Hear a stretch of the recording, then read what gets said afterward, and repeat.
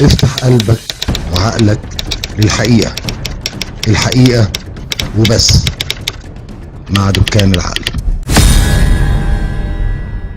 يعني حكايه اللي هم الكارثه اللي هيعملوها، الكارثه اللي بيعملوها دي اللي هيعملوها محضرين لها من سنين، اوكي؟ ومن اكبرها ان هم هيعملوا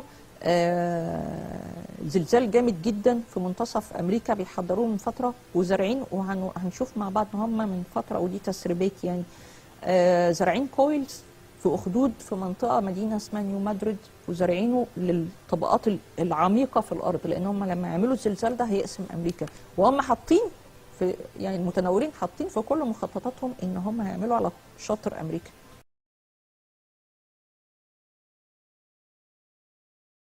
كنتش عايزه اخد فيه النهارده، بس الموضوع ده عليه اثباتات كتير، وهو يسمي مشروع اينوخ. مشروع اينوخ ده رابط اللي حصل الفتره ديت واللي حصل كله، ان هم هيحدثوا الكوارث دي هم بصدد ابتدائي، يعني هم ابتدوها من زمان بس هيبتدوا بقى بصوره جامده جدا. ابتدوها من زمان في زلزال اليابان، ابتدوها في التسونامي بتاع هايتي.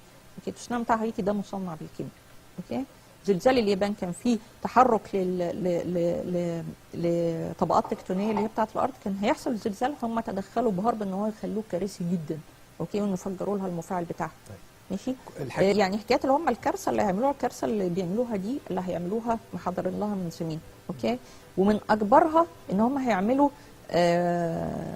زلزال جامد جدا في منتصف امريكا بيحضروه من فتره وزارعين، وهنشوف مع بعض ان هم من فتره، ودي تسريبات يعني، زارعين كويلز في اخدود في منطقه مدينه اسمها نيو مادريد، وزارعينه للطبقات العميقه في الارض، لان هم لما يعملوا الزلزال ده هيقسم امريكا، وهم حاطين في، يعني المتنورين حاطين في كل مخططاتهم ان هم هيعملوا على شاطئ امريكا. امريكا هتتقسم، اوكي؟ وده في كل مخططاتهم، ان عاجلا او اجلا هينفذوا دي عشان الناس تفتكر. اوكي، هم هينفذوا دي ومحطوطه في كل مخططاتهم، وهيشتروا امريكا، فهم هيبتدوا سلسله. يشتروها يعني يقسموها هيشتروا يعني. امريكا ومحضرين لده من منطقه اسمها نيو مادريد. الناس مش هتصدق وتقول لك ازاي هم هيدمروا امريكا وبتاع، هم بقى لهم فتره على فكره بينقلوا نشاطاتهم لمنطقه وهو الشرق الشعب الأوسط. الامريكاني انا عارف انه طيب ولذيذ وعن نياته، بس هل هم أفف؟ يعني شعب أفف مثلا مش قادرين، يعني ما يقدروا يصوروا على المتنورين وعلى عفاريت الزرق وعلى كل اللي هناك. هقول لحضرتك حاجه، احنا لما هندخل في الملف بتاعنا هنعرف ان في حكومه اخرى مسيطره على حكومات العالم، ولا تعنيها اي الشعوب، لا يعنيها الشعب الامريكي ولا الشعب بتاعه ولا اي كلام. وعلى فكره الهجمه علينا مثلا في الشرق الاوسط مش بس هجمه على الاسلام ان هو الدين الواحد اللي موجود، ولا ان المنطقه متدينه، هي هجمه على الاسلام والكلام ده كله، لكن اساس الهجمه ان منطقه الشرق الاوسط وافريقيا بالذات لم يكتشف الا حوالي 20% بس من مواردها. هي المنطقه حاليا اللي هي سله الموارد وسله الغذاء وسله المستقبل بالنسبه لها. اوكي، فنبتدي احنا في موضوعنا ولا؟ طبعا خلاص، انا خلاص كنت ماشي. اوكي، يعني كده 21 ديت بكره في احتمال تحصل حاجه في اي حته مصنعينها هم. أيوة كارثه مصنعينها هم. أيوة. يبتدي لان لا الالاينمنت ده مظبوط اللي هم حددوه ب 11 و11 دقيقه. طيب يبقى احنا هنخش بعد كده على الطاقه. ايوه، بس في رساله هقولها لحضرتك بس بعد الفاصل. أوكي.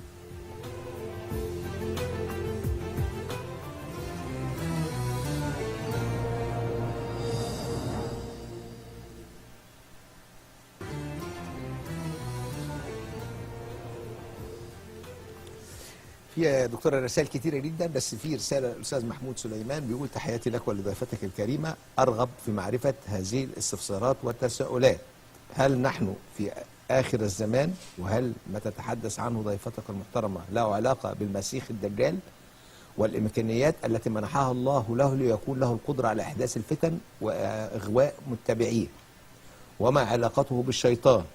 ركزي عشان مش هقول تاني. وهل الاطباق الطائره هي وسيلته للتنقل حول الارض كما قال سيدنا محمد صلوات الله عليه وسلم؟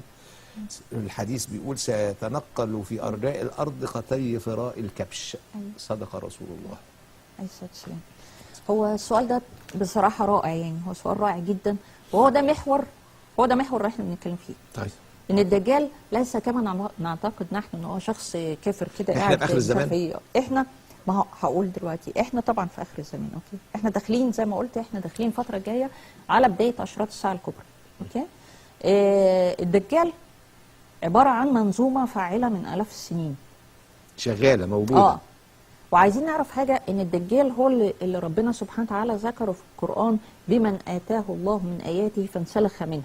يعني ربنا اعطاه سبل للعلم، وليس بمجرد بس العلوم اللي هو حصدها في خلال عمره الالاف السنين. يعني ربنا اراد ان هو يكون من المنصرين.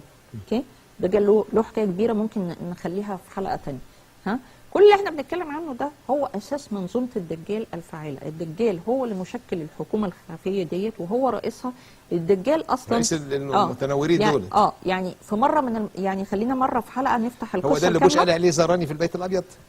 ما هو بوش قال لك زاراني الرب في البيت الابيض ده قبل حرب العراق بعد بوش اصلا ده رئيسه. ما قلنا بوش اصلا من منظومه العظمه والجمجمه، اللي هي من اكبر المنظومات الشيطانيه. عائلته امه بنت أليستر كراولي، التجسد البشري للشيطان. اوكي، فاستغفر عظيم رب ايه يعني اللي هو بيتكلم عليه. لا هو قال امرني الرب في البيت الابيض، وقال على حرب العراق الرب امرني بالحرب بالعراق، وسموها حرب الرب في الافلام الامريكيه. ما هو لا الكلام ده عشان يقود العالم في صوره الحروب الصليبيه.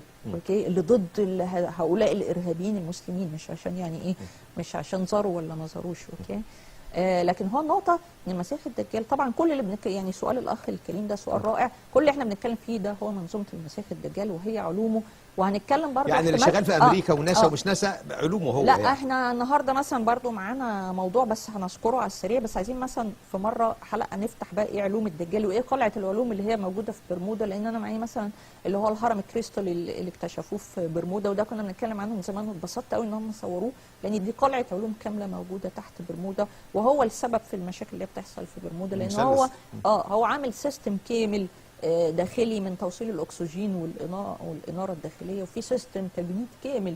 وكل العلوم اللي احنا هنتكلم عليها دي النهارده دي خاصه بالدجال. الدجال بقى ايه في بدء لقائه بابليس، الدجال في تعهد اتعمل بينه ان هو وابليس صوره واحده. يعني هو تجسد البشري الاصلي لابليس. اوكي، هو تجسد، وده والكلام ده عليه عهد موثق. اوكي، عليه عهد بينهم، عهد موقع. اوكي، منهم.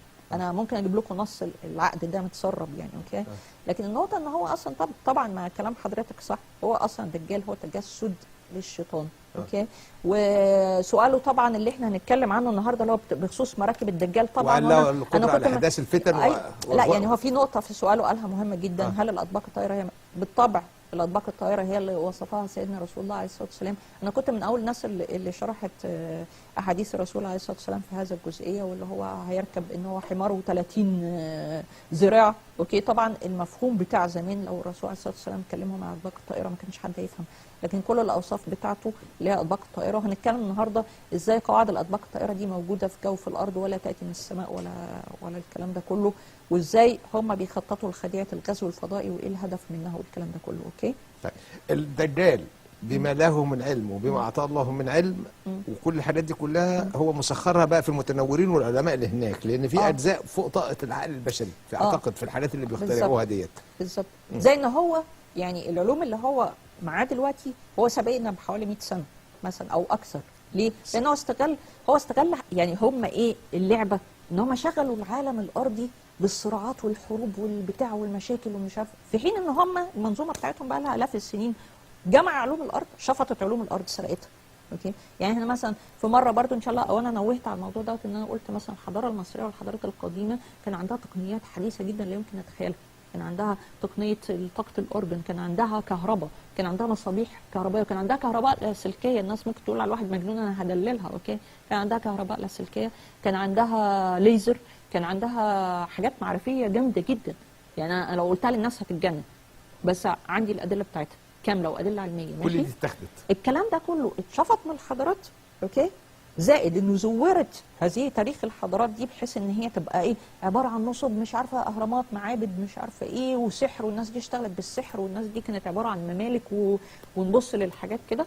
اوكي، العلوم دي كلها على مدى التاريخ قعدت تتسرق. يعني مثلا من ضمن الحاجات انا كتبت في الموضوع ده وغيري كتب فيه، من ضمن الحاجات ودي كانت وراها المنظومه الماسونيه، ان كل الحروب عبر التاريخ كان بيتم فيها احراق المكتبات. كل الحروب اول حاجه تتعمل احراق كل الحروب. ليه؟ كانوا هم بياخدوا المخطوطات الرئيسيه في الاول، بتتسرق المخطوطات الرئيسيه، بتتسرق ويقوم حارق لك عشان يقوم قاطع صلتك بالمعارف الانسانيه بتاعتك، قاطع صلتك بتاريخك، قاطع صلتك بالحقائق اللي فاتت. تجهيل تجهيل تجهيل في البشر. اوكي. فالنقطه ان طبعا كل الكلام ده حقيقي. الدجال شرحنا بقى، يعني انا عايز اقول مثلا ان هارب ده اساس سلاح حرب اصلا الهرم الاكبر. وهجيب لحضرتك فيديو ازاي حتى نيكولا تسلا ازاي سرق بالظبط نموذج الهرم الاكبر في توليد الكهرباء من الطاقه الكهرومغناطيسيه. اوكي. والطاقه الحر، سرق نموذج، يعني مش عمل زيه، اللي هو مش عمل مثلا يعني ايه مش فهمه وعمل زيه، ده واخد نفس النموذج بالظبط بتاع تجويف الهرم وتوليد الكهرباء ومش عارف ايه وكذا. فالعلوم دي كلها هو وصل لها زائد علوم تانية، زائد علوم كانت مذكوره مثلا، يعني احنا مثلا عندنا علوم الطاقه المائيه، هو استغل موضوع الطاقه المائيه واختلاف الضغط المائي، هو استغل الكلام ده فيما نحن مشغولين بالحروب والصراعات والفقر والتجهيل والمرض ويقوم مدينا يقعدوا يخترعوا لنا في شويه امراض تنهي على مش عارفه ايه، يعملوا لك فقر تفقير في الحته الفلانيه، يعملوا لك حرب بيولوجيه في الحته الفلانيه. فاحنا في اثناء هذا الصراع هو شغال مع جيش كامل من العلوم والكذا والترسيخ للمملكه اللي هي المسيح الدجال اللي هم أيوة. تنويريين على أيوة. الارض وهو بيتمثل على شكل بشر. بالظبط.